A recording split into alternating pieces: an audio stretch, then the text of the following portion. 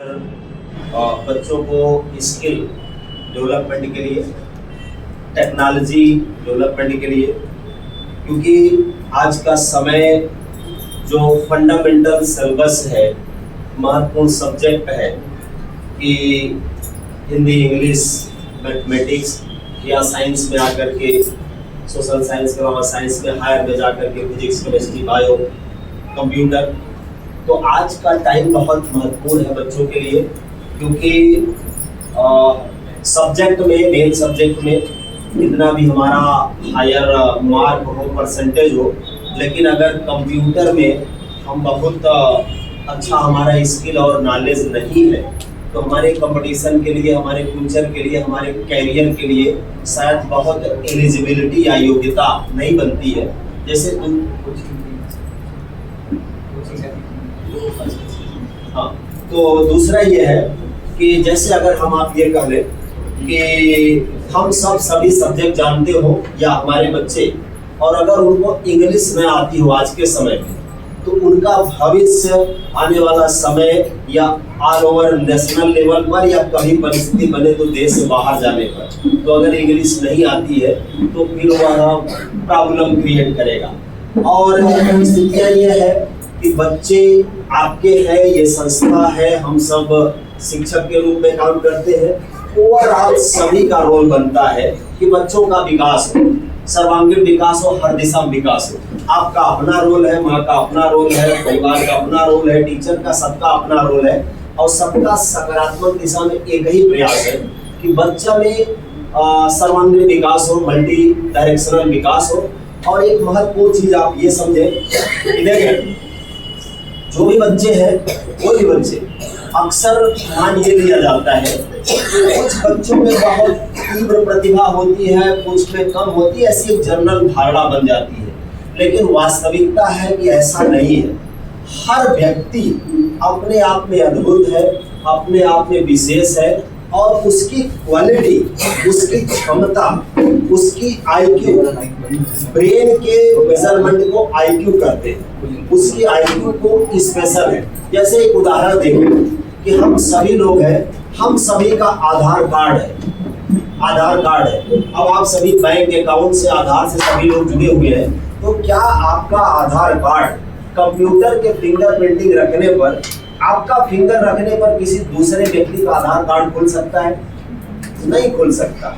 यानी मैं तो बायोलॉजी पढ़ाता हूँ, जो हमारी बॉडी में है, बॉडी में सेल है, सेल में डीएनए है, डीएनए में जीन है, और जीन का जो क्रम है, सीक्वेंस है, उसको जीनोम कहते हैं। और वो फिंगरप्रिंटिंग पूरी दुनिया में हमारा स्पेशल है। यानी आपके फिंगरप्रिंटिंग से, आपके बैंक अकाउंट से कोई और व्यक्ति उसको ओपन नहीं कर सकता, खोल नहीं सकता। और आप सभी जो मॉडर्न बच्चे, नए बच्चे हैं, सब फिंगर लॉक लगाते हैं मोबाइल पर। तो क्या फिंगर लॉक से किसी और परिवार का सदस्य कोई और खोल सकता है मोबाइल? नहीं खोल सकता।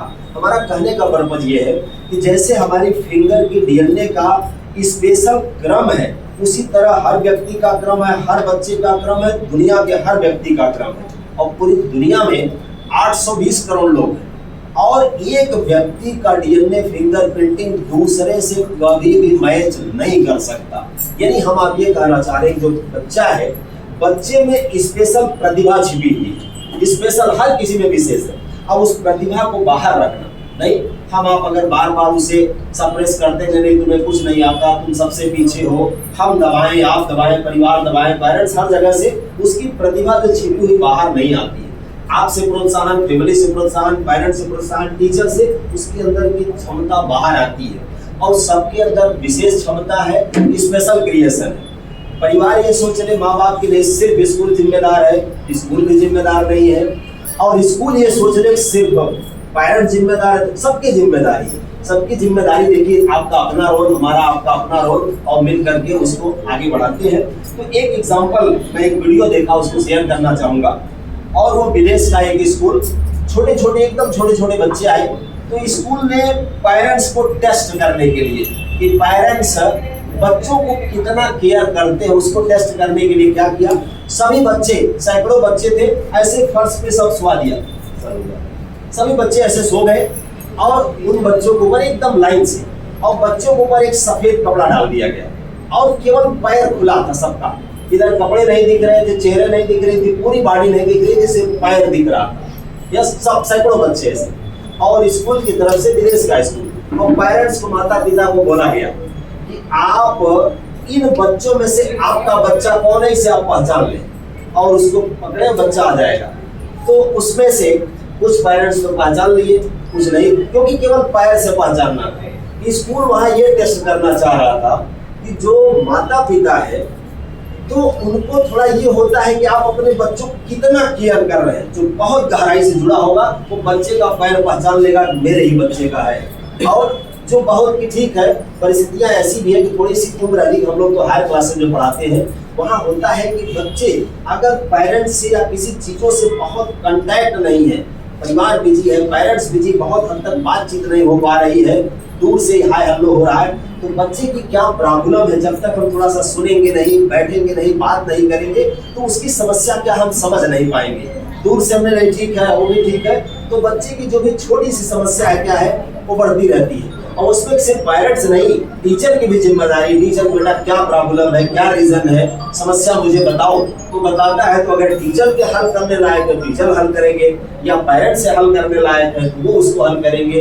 तो कुल मिला के ये है कि देखिए, कहीं किसी तरह की समस्या है तो समाधान तो है, लेकिन अगर कांटेक्ट नहीं होगा, संपर्क नहीं होगा, बातचीत नहीं होगी, कोऑर्डिनेशन नहीं होगा, तो बच्चा अपने में कि ठीक है पेरेंट्स नहीं ध्यान देंगे, या पेरेंट्स नहीं, बच्चा ठीक है तो टीचर देख रहे होंगे, तो हम आप पर जिम्मेदारी नहीं थोप रहे, जिम्मेदारी आपकी है, लेकिन आपकी सबकी अपनी जिम्मेदारी, और सभी मिलकर बराबर अगर केयर करते हैं तो जिस बच्चे को हम आप समझते हैं कि शायद साधारण बच्चा है, साधारण नहीं वह असाधारण है और वह अपने आप में बहुत महत्वपूर्ण है, इंटेलिजेंट है, उसको बाहर लाने का हाँ आपका अपना रोल है। आप जो काम कर सकते हैं वो टीचर नहीं कर सकता, हाँ टीचर जो रोल कर सकता, सबकी अपनी ड्यूटी अलग है, और सभी मिल करके अगर वो करते हैं तो हर बच्चा अपने आप में बहुत प्रतिभा लिया हुआ है, बहुत क्षमता उसके अंदर छिपी हुई हर किसी के अंदर, वो बाहर आने का एक मौका मिलता है, परिस्थिति बनती है। और स्कूल तो दूसरी तरह की शिक्षा दे रहे हैं, लेकिन प्राथमिक शिक्षा तो घर से ही मिलती है, और उसके बाद की जिम्मेदारी उसकी गाइडलाइन का, जीवन एक डायरेक्शन है, और जीवन एक डायरेक्शन में हर तरफ होना चाहिए कि जीवन है तो जीवन को कहते स्ट्रगल है, संघर्ष है। और बच्चे को हमेशा यही नहीं कि बहुत मेरा बच्चा टॉप कर रहा है तो भी अच्छा है, कम मार्क है तो हमारी तरफ से बहुत उसको पनिशमेंट या फिर बहुत एक तरह से निगलेक्ट नहीं होना चाहिए, क्योंकि समय है, परिस्थिति उसका प्रोत्साहन करते रहे, समय के साथ वो परिस्थिति को कर लेगा और उसको आगे बढ़ जाएगा। तो इंग्लिश में एक सेंटेंस कहते हैं कि failure in the exam is not failure of the life. परीक्षा में फेल हो जाना जिंदगी का फेल हो जाना नहीं है। यस, ये हमको मोटिवेशन देते रहना पड़ेगा, बेटा ठीक है मेहनत करो, अच्छे से पढ़ो, पूरी एनर्जी लगाओ, और बाई चांस कहीं कुछ चीज हो जाए तो परेशान नहीं होने का, रिलैक्स रहने का, क्योंकि बहुत सभी बच्चे, अभी तो छोटे बच्चे इस तरह की बातें नहीं, लेकिन हमारे जो हायर लेवल बच्चे जो इंजीनियरिंग तैयारी कर रहे हैं, मेडिकल की तैयारी कर रहे हैं, बच्चे इस परिस्थितियों से सफर कर रहे हैं, क्योंकि हमारे यहाँ कंपटीशन का बहुत जबरदस्त स्ट्रगल है। नहीं, मैंने एक राजस्थान का रेशियो पढ़ा, मात्र 53,000 वैकेंसी थी, 53,000, और उसमें एप्लीकेशन डालने वाले जो हमारे आपके बच्चे थे उनकी संख्या कितनी थी?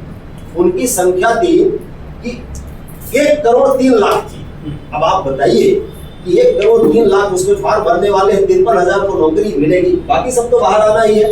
यस, तो कंपटीशन हुआ है, तो हमको उनको मानसिक तौर पे थोड़ा स्ट्रांग करना है, बेटर करना है, एक अच्छे माहौल में, अच्छे एनवायरनमेंट में हम अपना काम करें, आप अपना काम करें, दोनों मिला के बच्चों में एक अच्छा विकास होता है, वो संतुष्ट रहता है, और अगर अवसर मिलता है तो दिमाग का बहुत ही महत्वपूर्ण सिचुएशन होती है अपने आप। जैसे होता है किसी चीज को हम आप दबा दें तो फिर खिल नहीं पाता है, और पूरा मौका मिले तो पूरी तरह खिल जाता है। तो आपको भी मौका देना, हमें आपको मौका देना है। हर बच्चे के अंदर स्पेशल कैपेबिलिटी है, स्पेशल क्षमता है, प्रतिभा है, वो निखरेगी। तो हम सब ठीक है, मोटिवेशन के तौर पर ये एक तरह से इंकरेजमेंट है, ऐसा नहीं है कि बच्चों के अंदर क्षमता तो है, लेकिन सभी मिलकर अगर स्पेशल वो प्रोवाइड करते हैं तो महत्वपूर्ण स्थितियाँ बनती हैं। और ऐसे बहुत सारी सिचुएशन है। एक एग्जाम्पल मैंने टाइम्स ऑफ इंडिया में पढ़ा, बेस्तान का। एक लड़की थी, क्लास 10th की, और एक होता है जैसे डर का माहौल हो जाता है कि अगर कल तुम्हारा रिजल्ट आने वाला है, अच्छा नहीं आया, फेल हो गई तो क्या होगा, और मार्क अधिक नहीं आए तो क्या होगा। बहुत डराने की जरूरत नहीं, इसको थोड़ा बिंदास करने की हिम्मत रखो, कोई बात नहीं। तो सिचुएशन क्या हुआ कि कल रिजल्ट आने वाला है। अब चाहे उसके फ्रेंड सर्कल में, परिवार से जहां से परिस्थिति बनी कि उसके अंदर डर था, उसके अंदर डर आ गया कल मेरा रिजल्ट होगा और अच्छा मार्क नहीं आया, फेल हो गई तो क्या होगा, जो भी परिस्थितियां बनी। और खतरनाक कदम, उस लड़की ने रात को सुसाइड कर लिया, आत्महत्या कर ली। लेकिन जब एक दिन बाद रिजल्ट आया, उस लड़की का परसेंटेज 60% था, 60%।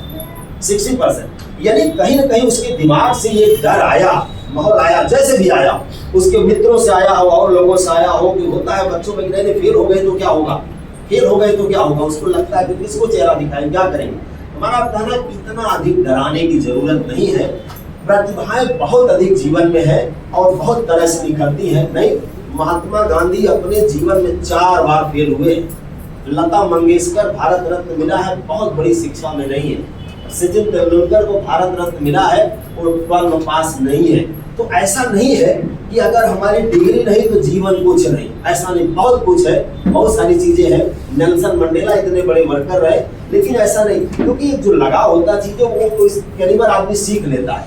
हमको हर तरह से प्रोत्साहन करना है, बेटा बहुत सक्षम हो, बहुत योग्य हो, तुम्हारे अंदर बहुत क्षमता है, किसी तरह का टेंशन नहीं लेना, चिंता नहीं करना, हम सब हैं, सभी लोग मिलकर के आगे बढ़ेंगे। उसके अंदर हिम्मत आती है, उसके अंदर उत्साह बढ़ता है, नहीं बहुत अच्छा है, सभी लोग सपोर्ट कर रहे हैं। और कुछ भी क्या, नहीं ये गलत, नहीं ये गलत, नहीं ये गलत, उसको लगता है कि मेरे अंदर